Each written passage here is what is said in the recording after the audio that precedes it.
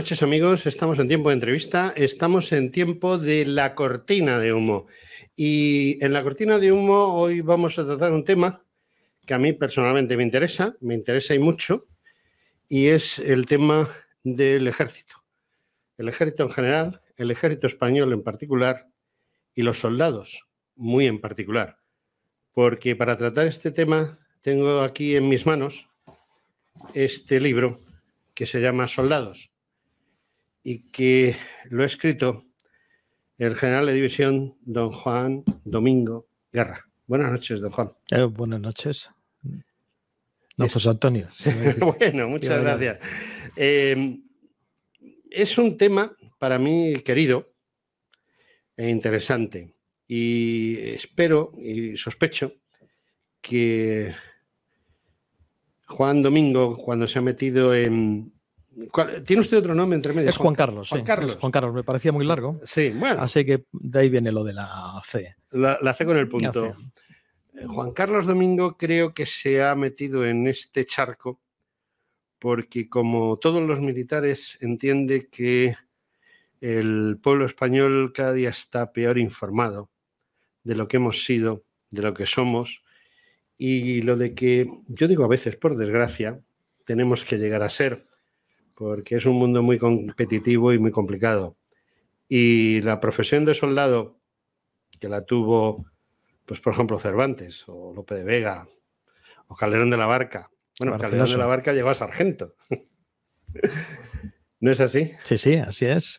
Muchísima gente muy brillante de las letras se dedicaron a esta profesión en algún momento de su vida. Lope de Vega no lo fue demasiado, no fue demasiado tiempo. Sí, además fue infante de marina, pero bueno, fue una cosa así, ¿verdad? Siempre... Casi seguramente lo que fue Miguel de Cervantes. Pero en cualquier caso, sí, hay mucha gente. Sobre esta gente también se ha corrido muchas veces una cortina de humo sobre su segunda personalidad, por decirlo así. Y Ramón de Cajal. Sí. También lo fue. Capitán médico. Y capitán médico y mucha gente. Me recuerda, estaba acordándome cuando hacía esos comentarios, me recuerda esa famosa frase, pero que muchas veces se usa como ariete, sobre que le da también nombre al programa, por lo tanto lo aplaudo, que es lo de el embotamiento de la espada a la pluma, ¿no? Pero eso es una falacia, no ha existido nunca. Se llevan perfectísimamente, ¿no? Y la historia ha dejado suficientes muestras de ello. Sí, el siglo de oro español, en cuanto a las letras y las artes, es el más claro ejemplo, porque precisamente ese manojo de grandes autores, pues fueron todos ellos soldados. Y los que no lo fueron, pues casi fue por imperativos del destino, porque, por ejemplo, Quevedo, que era cojitranco, pues no podía entrar en los tercios, claro, ¿no? Pero le gustaba tirar de espada sí. y tiraba bien. Y tiraba bien. Sí, y tiraba bien. Y tuvo una profesión, tuvo la profesión de James Bond 007 de la época. Era el James Bond de la época, ¿no? Así es. Y bueno, pues otros grandes estuvieron muy relacionados con el ejército y con ese ejército que dominó el mundo, cuando España dominaba 2/3 de la superficie total. Sí, señor. Pero no estamos aquí para hablar de ese pasado tan largo, sino de un pasado más cercano, o de un pasado en general. Juan Carlos Domingo, ¿qué ha pretendido usted al hacer el libro Soldados? Pues salir al paso de una sensación que a uno le acompaña durante muchísimos años, que es la necesidad de reflexionar sobre la condición militar y examinar por qué, o intentar encontrar las causas de por qué esa condición está tan difícilmente asimilada en la propia sociedad española. Lo que, sin lugar a dudas, que da lugar a una defensa, a un sistema de garantías relacionado con la seguridad y defensa peculiar, como no podía ser de otra forma.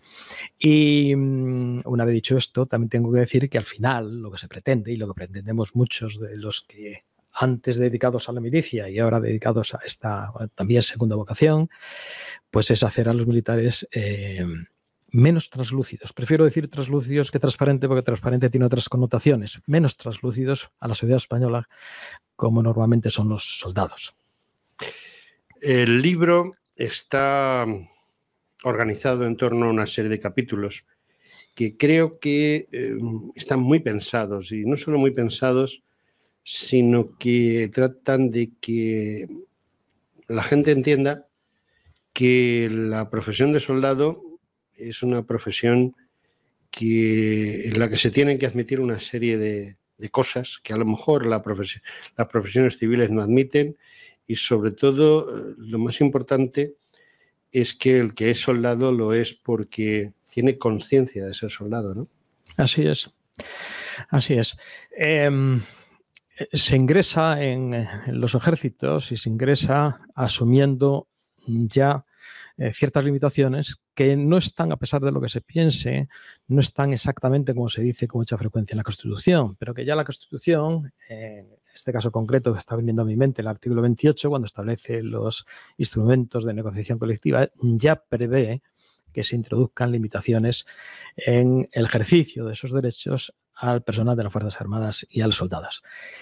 Bueno, esto que así dicho puede no parecer excesivamente trascendente. Nosotros, como usted ha dicho perfectamente, somos muy conscientes de que ingresar en las Fuerzas Armadas supone la asimilación y la asunción de algo que los demás no aceptarían, que es la limitación de derechos fundamentales. Sí, se acaba dedicando uno el servicio a tu país y a las Fuerzas Armadas, admitiendo y aceptando una serie de limitaciones que le dan las características que son conocidas por todos y fundamentales de esta profesión.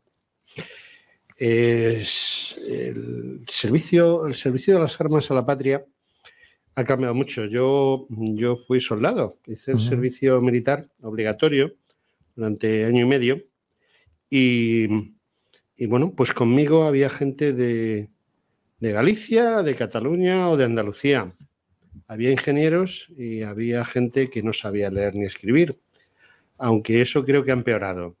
Bueno, yo lo he visto empeorar porque en los años de servicio que tuve observé que cada vez que teníamos que hacer alguna cosa, por ejemplo, algo tan sencillo como rellenar las cartillas de vacunación de los reclutas, cada vez nos encontrábamos con más problemas, porque la parte que rellenaban ellos mismos había que rellenársela, porque la última vez que yo tuve este trámite de tener que ocuparme de eso fue en los años 90, pero había soldados que no sabían leer ni escribir, lo cual me llamaba poderosamente la atención, porque todo se le achacaba al régimen anterior, y en el régimen actual, que en el año 92 pues los soldados se habían formado ya en la democracia, teóricamente, había muchísima gente con una carencia absoluta de cultura.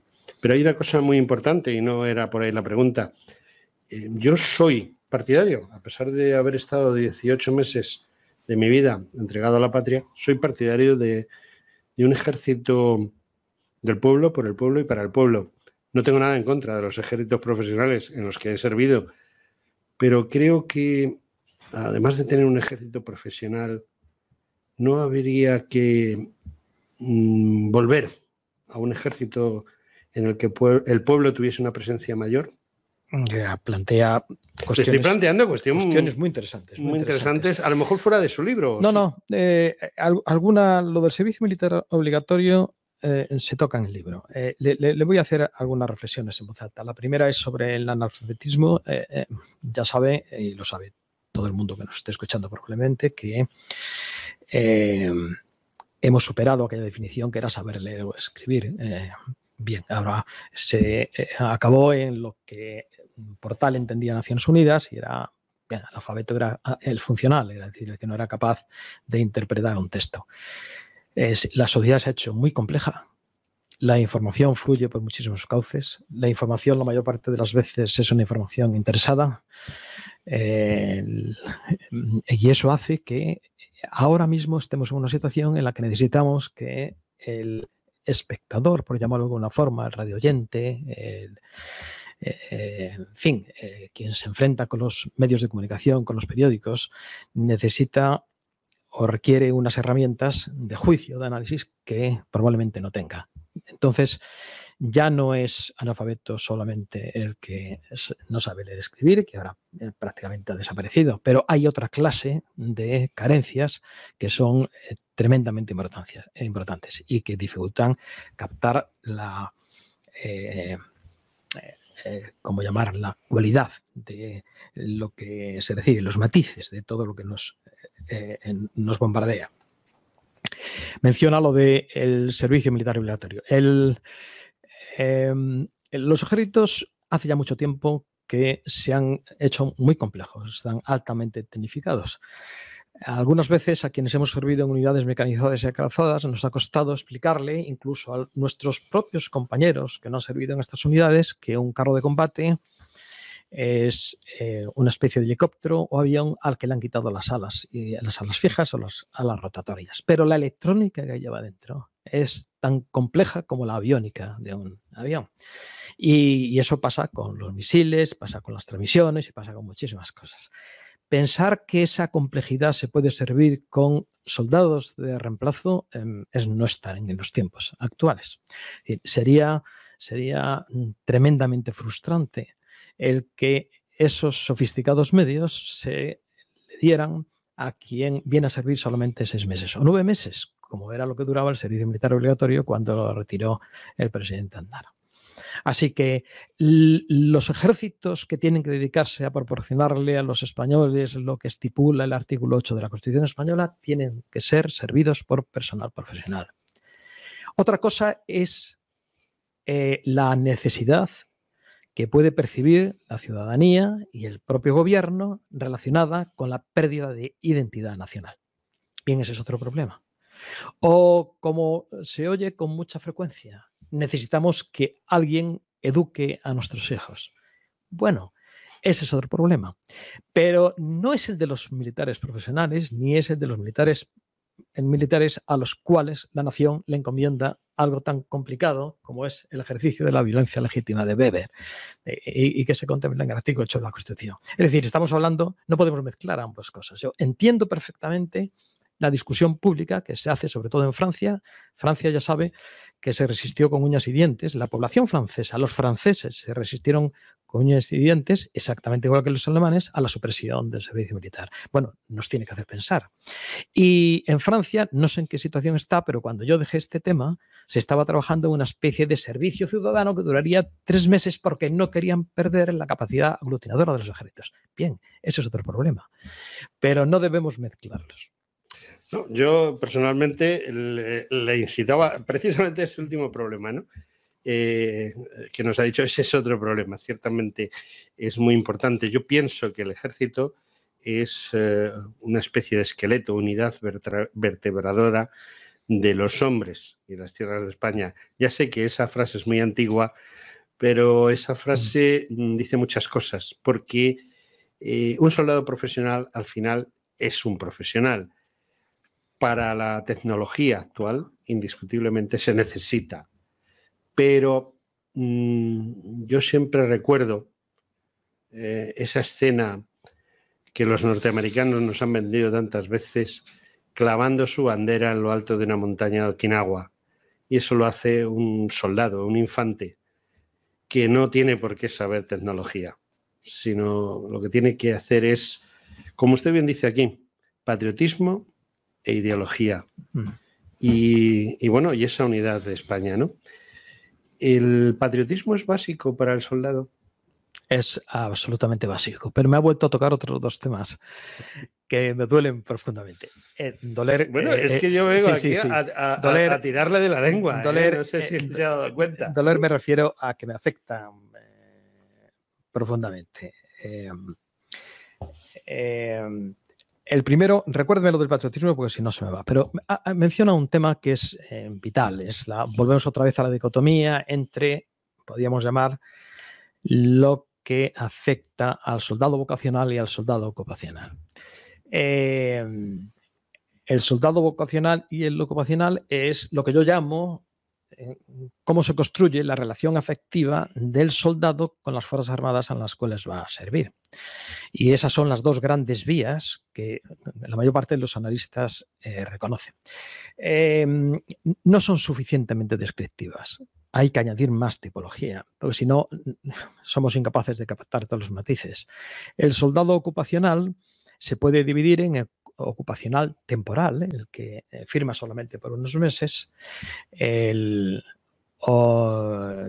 ocupacional pragmático, el que accede a las Fuerzas Armadas para conseguir alguna titulación que sería más gravosa obtener fuera de en los circuitos generales, con el sistema educativo general, y el ocupacional sobrevenido, que es aquel que, una vez vocacional, la complejidad del sistema, que yo no sé si lo conocerá todo el mundo, pero usted con toda seguridad, la complejidad del sistema de selección y elección que vigente en las Fuerzas Armadas es tan florentino, tan alambicado, que hay mucha gente que acaba tirando la toalla por el camino, porque no puede hipotecar toda la vida a las posibilidades de promoción.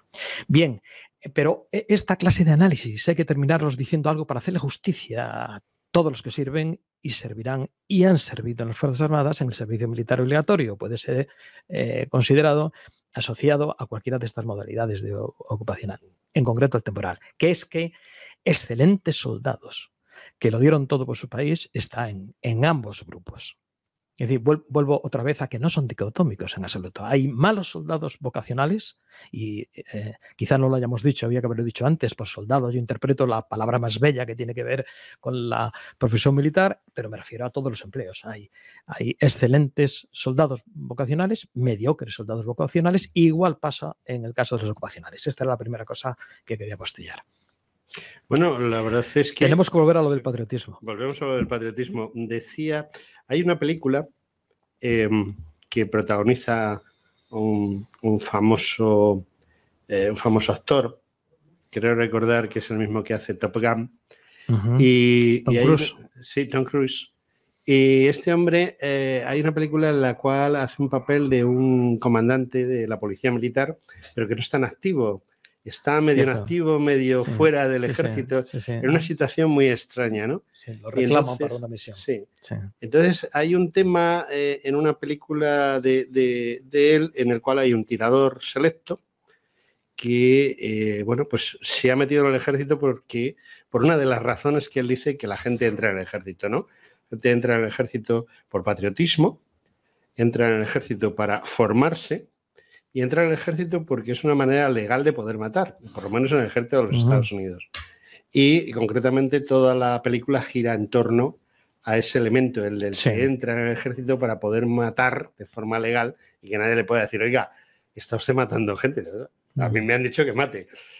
Y eso es una dicotomía difícil de llevar adelante porque puede hacer que los que entran por patriotismo, como usted bien ha dicho, hay gente que entra por patriotismo y luego no sirve, y hay gente que entra por ocupación simplemente por ganar un sueldo y al final acaba siendo un gran soldado, ¿no? Sí, señor. Así, eso es lo que nos dice la experiencia, que se puede dar en los dos sitios. Pero me vuelve a tocar temas muy profundos. No le dejo hablar del patriotismo. No, volveremos al patriotismo, no se preocupe. Pero me toca otro tema que es importantísimo, es sobre el ejercicio de la violencia y el que alguien ingrese, que arranquemos de una película, que alguien ingrese en las Fuerzas Armadas para poder matar.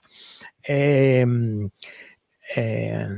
Arendt, la gran filósofa judeo-estadounidense, a caballo entre los dos siglos, su obra, finales del XIX, principios del XX, dijo una frase que lo podía dejar aquí encima de la mesa y ya con eso resolvía la cuestión, que era los soldados no son homicidas. Y completa la frase diciendo, ni siquiera seguro que los homicidas puedan ser buenos soldados. Es decir, y eso nos lleva a una cuestión que ya nos de Hannah Arendt y que se toca en el libro, que es sobre la forma en la que el soldado ejerce esa violencia legítima. Porque, lo siento, se me acaba de ir la idea que hablamos de otra cosa. Sí, se me acaba de ir la idea que le quería decir. De la violencia. No, bueno, me acordaré de dónde les quería llevar. Metemos la cuña donde haga falta. Muy bien, pero hablamos del patriotismo. Todo el mundo todo el mundo tiene derecho a ser patriota, ¿no? El patriotismo es un sentimiento emocional que se establece entre el objeto de ese patriotismo, vamos a decirlo, la patria, y el individuo. Y hay que reconocer que hay muchas formas de patriotismo. Casi podríamos decir que tantas como sensibilidades se puedan ejercer en relación con ese sentimiento. Ciertamente, dado que hay muchas formas, y ahora mismo se me ocurren muchas de las que estamos viviendo en España, pero me niego a ponerlas encima de la mesa, lo que hay que pensar es cuál es el sentimiento de patriotismo que debe considerarse como prototípico del soldado, ¿no? Y eso nos lleva a que quizá el único sentimiento admisible como representante del patriotismo de un soldado es el inclusivo, ¿no? Dentro de una categorización de los patriotismos, como puede ser el tradicional o el excluyente, el inclusivo me parece a mí que es el característico del soldado. Por eso le decía que también había tocado un tema muy importante en relación con eso, sí. Siguiendo su libro, porque yo no pretendo desentrañar el libro, pero sí que la gente tenga las personas que nos están escuchando, que nos van a ver, que tengan una idea más o menos clara de qué se van a encontrar. Hay una serie de temas importantes que son temas de discusión y son temas que los antimilitaristas utilizan mucho en contra del soldado, cuando precisamente yo creo que son básicos y fundamentales, que son la disciplina y la jerarquía. Si no hay disciplina y si no hay jerarquía, no hay ejército, porque yo he oído muchas veces una frase que no estoy totalmente de acuerdo con ella, pero que muchas veces sí es necesaria, esa de usted está aquí para hacer lo que le manden y no para pensar. Ya. Sí, cuando en el libro me refiero a la asociación entre disciplina y jerarquía, por disciplina todo el mundo entiende lo que es y que es una de las, como ha dicho, y estoy totalmente de acuerdo, una de las características capitales, pivotales de la profesión militar y del soldado. Jerarquía no tanto, jerarquía no me refiero solamente a la debida a la autoridad escalonada, de alguna forma, o a la autoridad jerarquizada, de alguna forma. No me refiero a los seres humanos que son acreedores a la disciplina cuando están imbuidos de la autoridad legítima. Me refiero a que la disciplina no está viva si no le permite al soldado jerarquizar una serie de valores, que es lo que nos lleva a la famosa discusión teórica que se estableció hace años y cada vez que se retocan las Reales Ordenanzas para las Fuerzas Armadas, que es lo de la obediencia debida, ¿no? La obediencia debida es un concepto que consiste en reconocer que hay una serie de categorías a las que se debe la disciplina, pero que el soldado tiene que tener muy claro. Es decir, pongo un ejemplo que es muy pedestre porque estoy pensando en ese juramento de la Constitución y todo lo demás. Pero pedestre es si el teniente coronel da una orden que es conocida por todo el batallón y el capitán de la compañía es renuente a dar las instrucciones que perfeccionen esa orden, a quien debe ser disciplinado el teniente que tiene que ejecutarla, al capitán o al teniente coronel que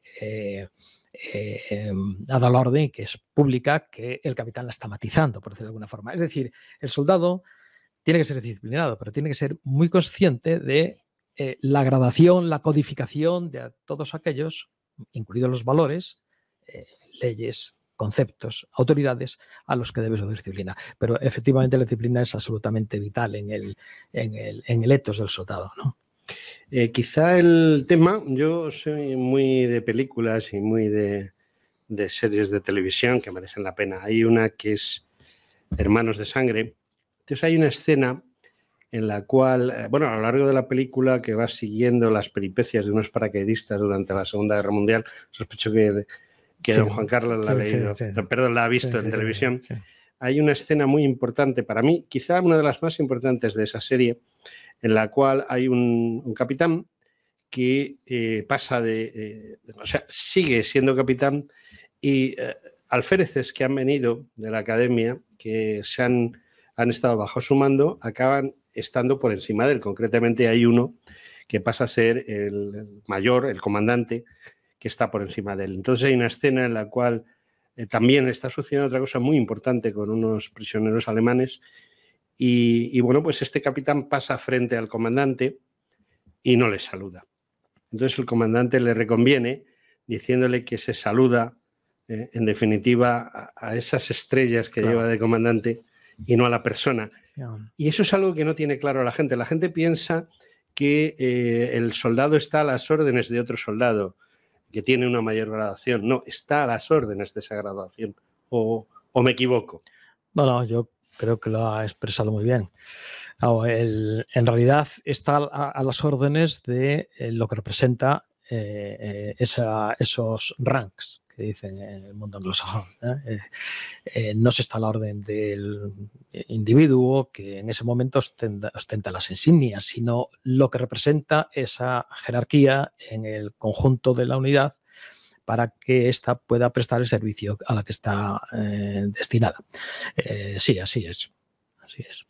De todas maneras, hay una cosa que es muy importante en todo este tema, no sé si Juan Carlos Domingo está de acuerdo conmigo, que es el liderazgo.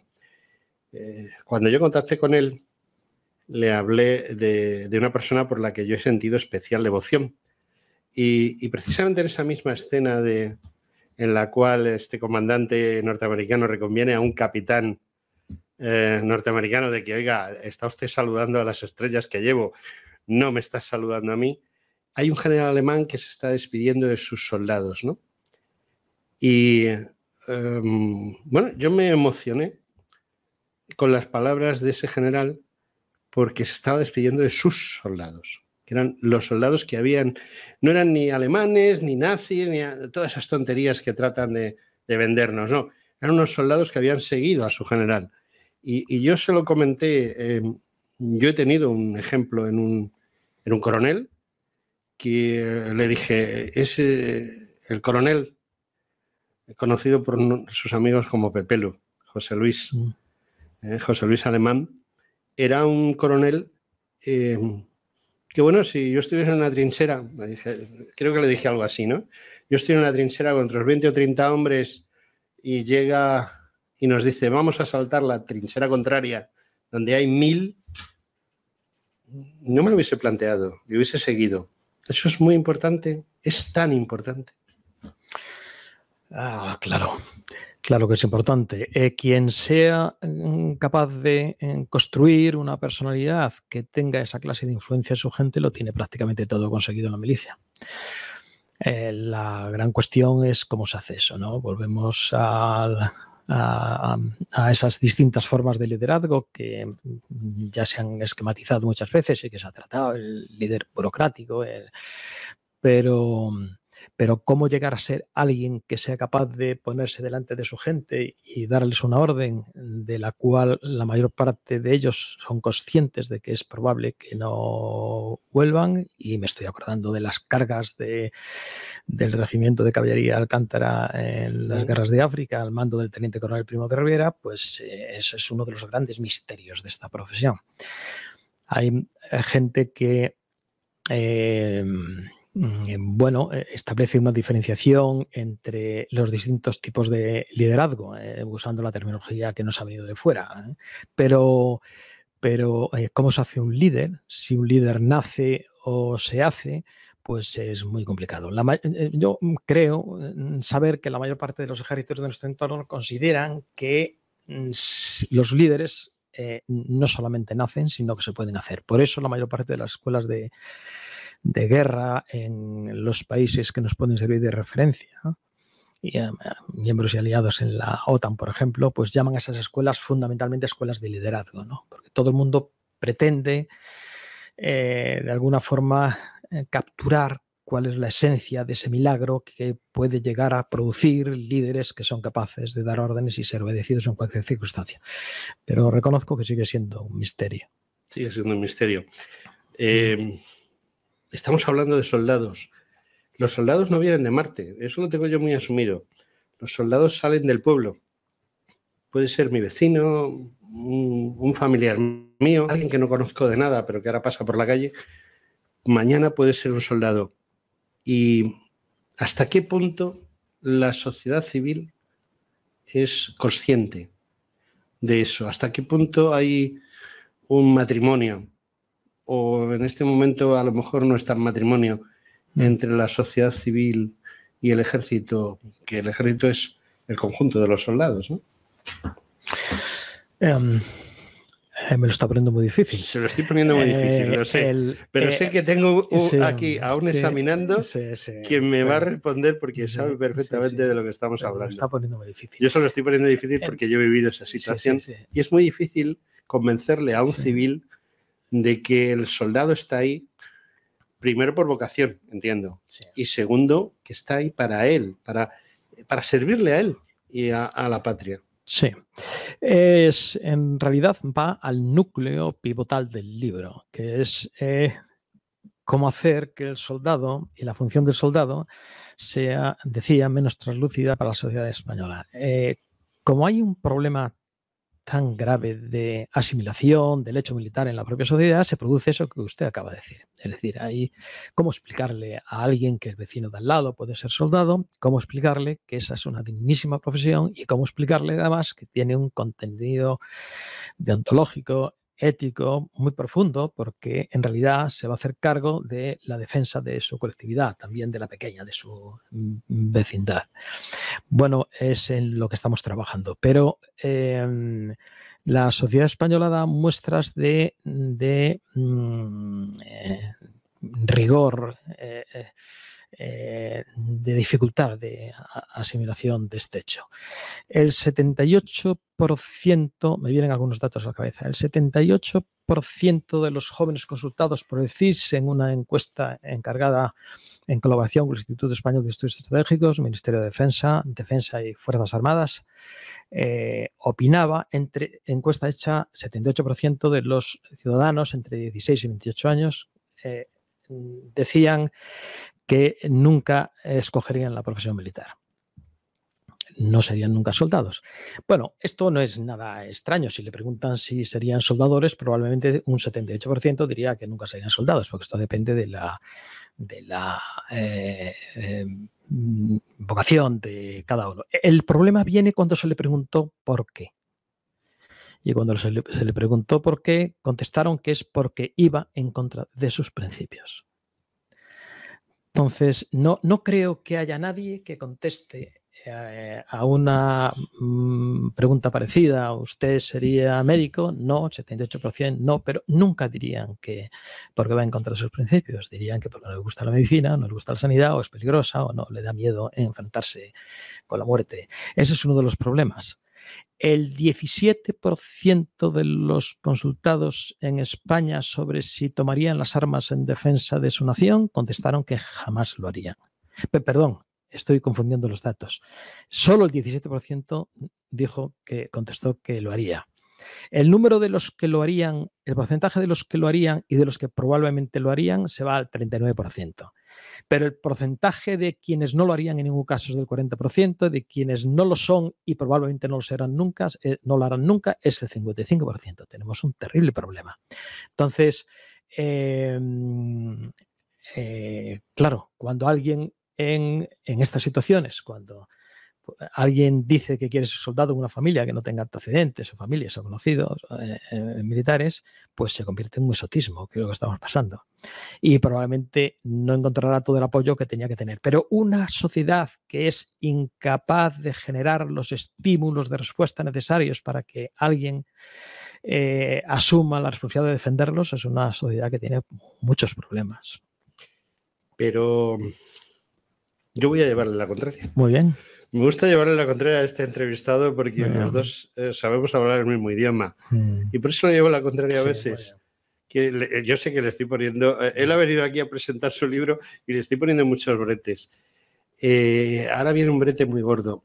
Yo he observado en mis años casi 39 llevando el uniforme de España que esto es algo que se ha creado. Es decir... la sociedad no ha llegado a este punto en el cual el 17% jamás defenderían su patria porque ha habido una permeabilidad y ha habido una acción por parte de determinadas castas políticas en las cuales se ha forzado esa situación. Curiosamente, esas mismas castas políticas son las que en un país como Rusia consiguieron el efecto contrario con la URSS. Es decir, en la URSS se lavó el cerebro a la gente con la idea de que tenían que defender a la Unión de Repúblicas Socialistas Soviéticas, al pueblo, a los obreros, a los trabajadores, como era en sí el ejército del pueblo de allí. Y esas mismas personas, esas personas que aquí tienen la ideología que allí construyó eso, aquí son los que han construido básicamente la idea contraria, es decir, han demonizado al ejército. Yo entiendo que la gente, hay gente que tiene principios, no lo discuto, pero cuando usted ha dicho que por principios, los principios, yo cuando la gente me dice es que mis principios me recuerdan a Groucho Marx. Los que cambiaba, de acuerdo con la... Cuando dice, estos son mis principios, si no le gusta los cambio. No creo que lleguemos a ese extremo, ¿no? Pero creo que los principios a la gente se los han metido con cuchara. Sí. No sé, esto es complicada. No, una entrevista complicada en la que usted se está mojando, pero vamos, totalmente, es complicada, pero está muy bien, porque básicamente con el libro de soldados lo que he querido era sacar estas cosas del baúl de los recuerdos y ponerlo encima de la mesa y traerlas a la actualidad. Sí, el soldado no ha tenido el eco, y la función de soldado hace muchos años que no ha tenido el eco y la respuesta que se debía esperar a una función tan básica para la pervivencia de las naciones, sin lugar a dudas. Y eso es común en España, ha sido común en prácticamente todas las legislaturas, con independencia de la ideología. Es decir, no conozco ninguna legislatura en la que el partido del gobierno incluyese en su programa electoral a las Fuerzas Armadas como hay que introducirlas. Bien, en esto hemos empeorado, porque si ahora uno examina los programas electorales, le costará encontrar alguna mención a los ejércitos, al menos en las últimas generales, y suele estar al final, en el furgón de cola. Así que sí, ¿quiere esto decir que no se ha hecho nada en todos estos años por las Fuerzas Armadas? No, ha habido programas de armamento, pero son inversiones, pero no ha habido una idea que respalde lo que se pretende con las Fuerzas Armadas, fundamentalmente dirigido a aumentar su eficiencia y su capacidad como instrumento de, como decía antes, de la violencia legítima de Weber. Esto con relación al final de su cuestión. La primera, que me parece muy valiosa, fue tratada por Bibor en su libro Stalingrado, en el que refiere que el stalinismo acabó con los mitos del Ejército Rojo. Y cuando llegó el momento de la Operación Barbarroja y se invadió la URSS, en el Ostfront, se encontraron con que era muy difícil que el soldado ruso en aquel momento, soviético en aquel momento, luchase por un elemento administrativo. Es decir, se encontraron con que enfrentarse a la maquinaria bélica de la Wehrmacht no era posible, sabiendo lo que eso conllevaba, no era posible en un soldado que carecía por completo de la mitología que yo llamo, es decir, los patrones conductuales que son propios de los mitos y la liturgia en los ejércitos, que es a lo que se dedica también un capítulo. Y tuvieron, y lo ha mencionado antes, me pareció interesantísimo, porque no mucha gente ha captado esto, tuvieron que inventarse sobre la marcha los patrones que podrían animar al soldado a combatir por su patria. Madre patria. Por su patria, sí. Y eso... Sí, y eso acabó ese valor de patrón que ayudaría a que el soldado asumiese y conllevase tantos sacrificios, lo encontraron en el concepto de madrecita patria, ¿no? Es decir, tuvieron que ponerse la madre Rusia, tuvieron que fabricar en ese momento los estímulos que durante muchos años, y habían sido muy eficaces en hacerlo, habían conseguido eliminar de la conciencia del soldado, ¿no? El soldado necesita patrones conductuales, necesita mitos y necesita liturgia. Pero curiosamente nos encontramos con dos preguntas le voy a hacer al mismo tiempo. Bueno. Usted tiene que estar ya diciendo no, que termine este hombre, no se preocupe, porque esto más que una entrevista es un tercer grado. Es una conversación interesante. España tiene la unidad militar de combate más antigua del mundo civilizado, de lo que es Europa, de lo que es este lado del mundo. A excepción de China, tenemos la unidad militar más antigua del mundo, que es el Soria 9, un regimiento que es heredero de la tradición del Tercio Viejo de Nápoles, que en 1509 el rey Fernando II de Aragón, alias el católico, puso en marcha. Y durante 200 años, que no es moco de pavo, hemos sido la potencia número 1. Y luego durante otros 100 años hemos sido la 2, 3. Y al final, bueno, pues 500 años después somos un país de segunda fila, por desgracia. Pero lo que nos sobran son mitos y leyendas. Es lo que nos sobra. Y sin embargo, la gente, sobre todo en determinadas regiones, que no voy a nombrar para no herir susceptibilidades, se han creado mitos y leyendas totalmente falsos desde el punto de vista histórico. Esto lo digo no como locutor ni como exmilitar, sino lo digo como historiador que además ha publicado muchísimo de historia y que conoce bien la historia. Se han inventado mitos y esos mitos sí funcionan con ese 17% del que me hablaba usted. Sí. Sí. Cuando yo me refería a los mitos, me refería a aquellos que son asumidos, se interioriza en el catálogo deontológico del soldado y acaban construyendo patrones conductuales. Es decir, no tenemos tanto, porque durante estos años se han echado a la papelera muchísimos de aquellos patrones, ¿no? Y sí, España tiene, en su historia, tiene tanto bagaje que podría haber sido pues uno de los ejércitos mejores armados para poder combatir teniendo claro cuál es lo que se espera de ellos. Pero sí, no puedo estar más de acuerdo con lo que dice. Es verdad que al mismo tiempo que se consentía la desaparición de muchos mitos prototípicos, se permitía y se asistía al nacimiento de otros que efectivamente tenían mucho menos encaje de los que se estaban desperdiciando. Y no me quiero olvidar de comentar al respecto que en esta inequidad, en este sentimiento de derribo de muchos de los mitos aceptables de la milicia que necesita el soldado para que le sirvan de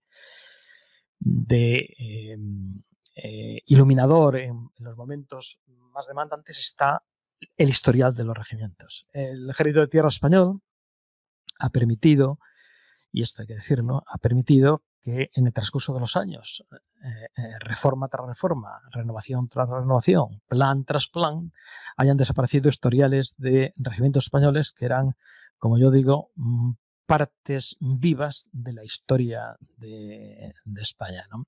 Y se ha hecho ante la indiferencia no solamente de quienes podían haberlo evitado, simplemente quitando unos nombres o historiales y poniendo otros, sino ante la indiferencia de la propia sociedad española, cuando en realidad esos historiales es patrimonio de la propia nación, no es un patrimonio del propio ejército. Tercio Viejo de Sicilia. Por cierto, Tercio Viejo de Sicilia, que se va de San Sebastián porque se negoció entre el PNV y el gobierno para aprobar las enmiendas presentadas. El segundo regimiento más antiguo. El segundo regimiento.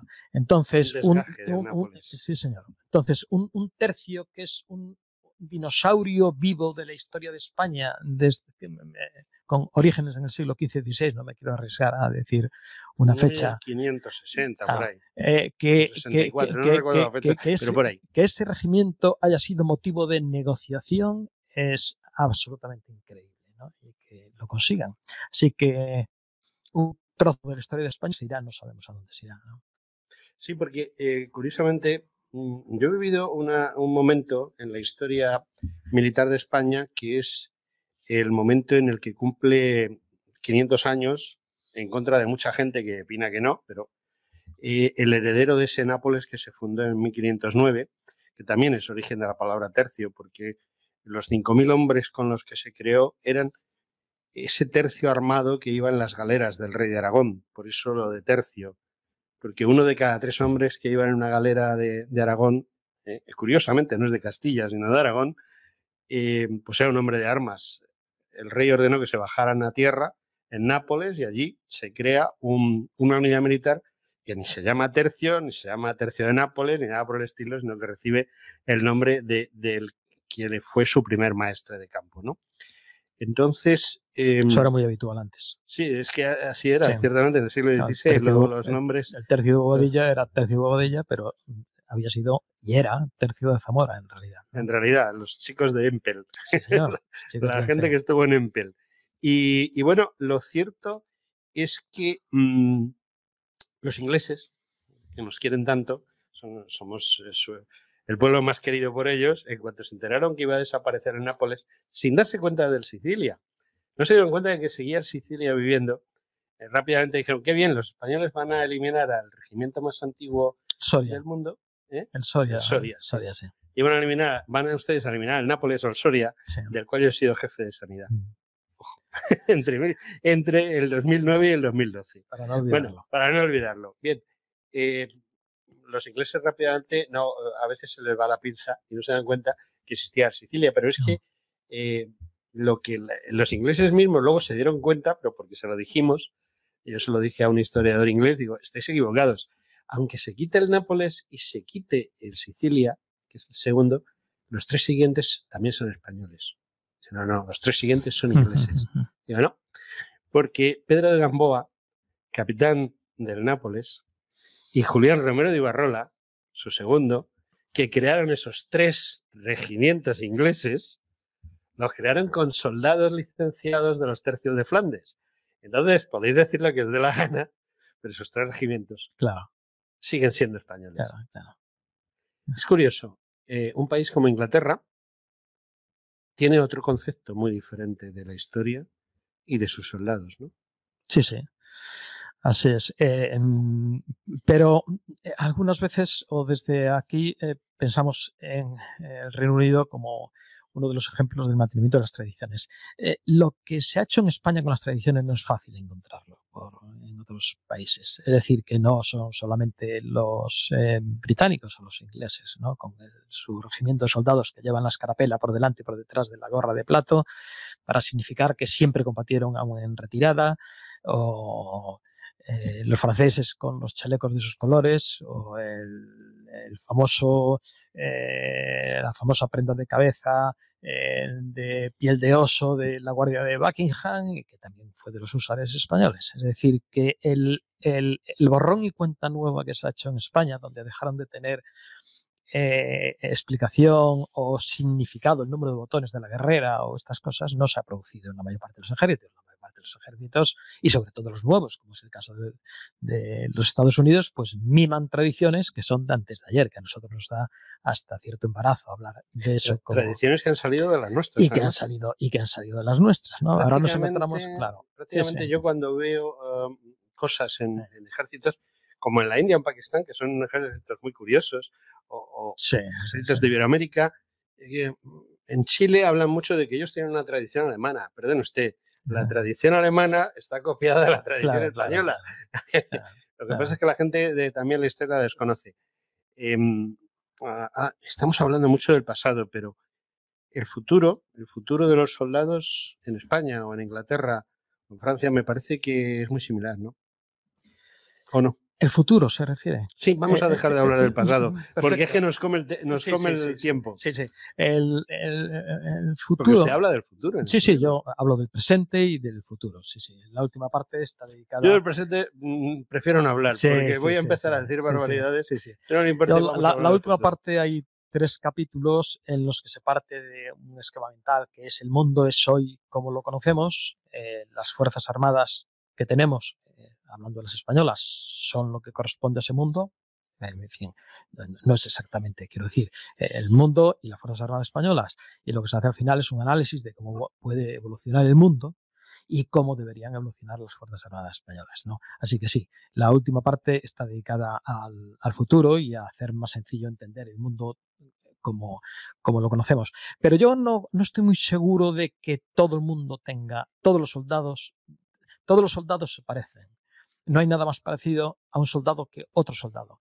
Y esto es así, forme en la alianza que forme. Es decir, seguramente es más complicado encontrar un parecido entre alguien que trabaje en la Bolsa de Madrid y en Wall Street, ¿no? Pero que el que se puede encontrar entre un soldado de 1988, para decirlo justo antes de que se disolviese la Unión Soviética, y un soldado del ejército soviético. Es decir, el soldado, en cuanto ser humano que sirve a su país y lo sirve con una determinada función, acaba adquiriendo similares códigos deontológicos. No hay nada más fácil para un soldado que entenderse con otro soldado, sea de la nación que sea. Pero no creo que el futuro sea el mismo, porque el divorcio que se produce aquí por desconocimiento para lo que sea, con el ejército no lo sufren el resto de soldados. No hay, y eso se nota después en la aplicación práctica de la función del soldado. Es decir, en la operación Sentinel, la operación antiterrorista que se produjo con soldados británicos en el Ulster o con soldados holandeses en Holanda, o con soldados belgas o franceses en Francia, el apoyo ciudadano no tiene nada que ver con el rechazo de la presencia de los militares españoles en las calles durante la pandemia, a pesar de que iban a aliviar el sufrimiento de la población. Eso es algo que vivimos los españoles, pero no lo viven así el resto de las naciones. Voy otra vez a meter en el charco a mi interlocutor. Soluciones. Sí. Vamos a verlas, ¿no? Sí, las tiene que haber. Si uno hace un análisis, que también se hace en el libro, en Soldados, si uno hace un análisis de por qué se produce esto, descubrirá que hay una imagen distorsionada que se le proporciona a la sociedad de sus soldados. Y esa imagen distorsionada tiene su origen en el trabajo de las élites y el trabajo de la educación. Esa imagen distorsionada que reciben todos los ciudadanos también antes de ingresar en las Fuerzas Armadas. Cuando se ingresa en las Fuerzas Armadas hay que cotejar con la experiencia empírica del soldado. Ahí se produce otra imagen, lo que me han dicho que son los militares y lo que yo ahora capto que son los militares. Y eso al final se sintetiza en la imagen adquirida. Bueno, ¿qué tenemos que hacer para cambiar esto? Para abreviar. Tenemos que convencer a las élites de que la propuesta que hacen con relación y la imagen que proyectan con relación a soldados, siempre basada en errores pasados, es nefasta para el futuro de la propia nación. Y tenemos que convencer a los gobernantes de que tienen que entrar en la educación. Puede que cuando vayan a entrar en educación se encuentren con que han transferido demasiada educación, pero ese no es el problema de los militares. Una última pregunta. Me parece que el general es más joven que yo y por lo tanto a lo mejor no se acuerda o no ha vivido. Yo era un apasionado de bajar por la calle Carretas, vivía en el centro de Madrid cuando era jovencito, bajar por la calle Carretas, llegar a la Puerta del Sol y entonces al llegar a la Puerta del Sol girabas a la derecha y había una librería que se llamaba San Martín, sí, señor, dedicada básicamente a libros de historia. Así es. Había libros militares, libros de geografía, todo este tipo de libros. Allí mataron a un presidente del Consejo de Ministros en la puerta de esa librería. Entonces yo bajo por la calle Carretas y si ahora giro me encuentro en una tienda de comida rápida. Pero vamos a suponer que está allí San Martín y está su escaparate Y en el centro del escaparate me encuentro este libro, Soldados, de Juan Carlos Domingo Guerra. ¿Por qué entro y lo compro? Pues debería hacerlo si quiere entender el mundo en el que está viviendo. Es decir, yo le diría, a usted le han estado escondiendo una parte fundamental para su futuro de la realidad española. No se deje engañar más. Entre, compre ese libro y aprenderá algo que se le ha estado ocultando. Y en el libro también se le van a decir, se le van a dar las claves de por qué se le está ocultando, pero se le está ocultando. Y ahora, si me permite, antes de acabar, antes olvidé en la argumentación hablando del patriotismo, olvidé qué es lo que le quería decir. Yo siempre intento decir cosas que importan y cuando hay algo que se me olvida me quedo con el gusanito clavado porque creía que era importante. Estábamos hablando de la violencia, recordará, cuando me olvidé de por dónde iba mi argumentación.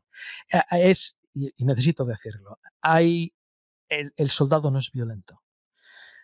Se acuerda que estábamos hablando de Hannah Arendt y de los homicidas y los soldados. Y se me olvidó la conclusión. El soldado no es violento, no es violento. Al soldado se le prepara para ejercer la violencia, pero se le prepara fundamentalmente en todas las naciones para hacer un gestor de la violencia. Y eso ya no tiene nada que ver con la violencia. Por eso quizás sea por lo que el soldado es muy difícil, un soldado profesional es muy difícil que se deje de llevar por la ira y la revancha en el ejercicio de su función. Esto es lo que quería decir antes. Pues estoy totalmente de acuerdo con usted. Yo estoy convencido que los pacifistas más grandes que existen son precisamente los soldados, porque conocen la guerra y, como decía un compañero que estuvo en Bosnia, ojalá yo no tenga que vivir nunca esto en mi patria. Y eso lo define todo. Lo define todo perfectamente. El soldado es más prevención que realidad. Así es. Don Juan Carlos Domingo, le estoy sumamente agradecido porque creo que en esta entrevista hemos desentrañado, espero que hayamos desentrañado cosas que a los civiles que nos están escuchando, porque militares hay alguno, pero la mayoría son civiles, hayan entendido y vean cuál es el sentido excelente para la sociedad que tiene sus Fuerzas Armadas. Muchas gracias. Muchísimas gracias a ustedes.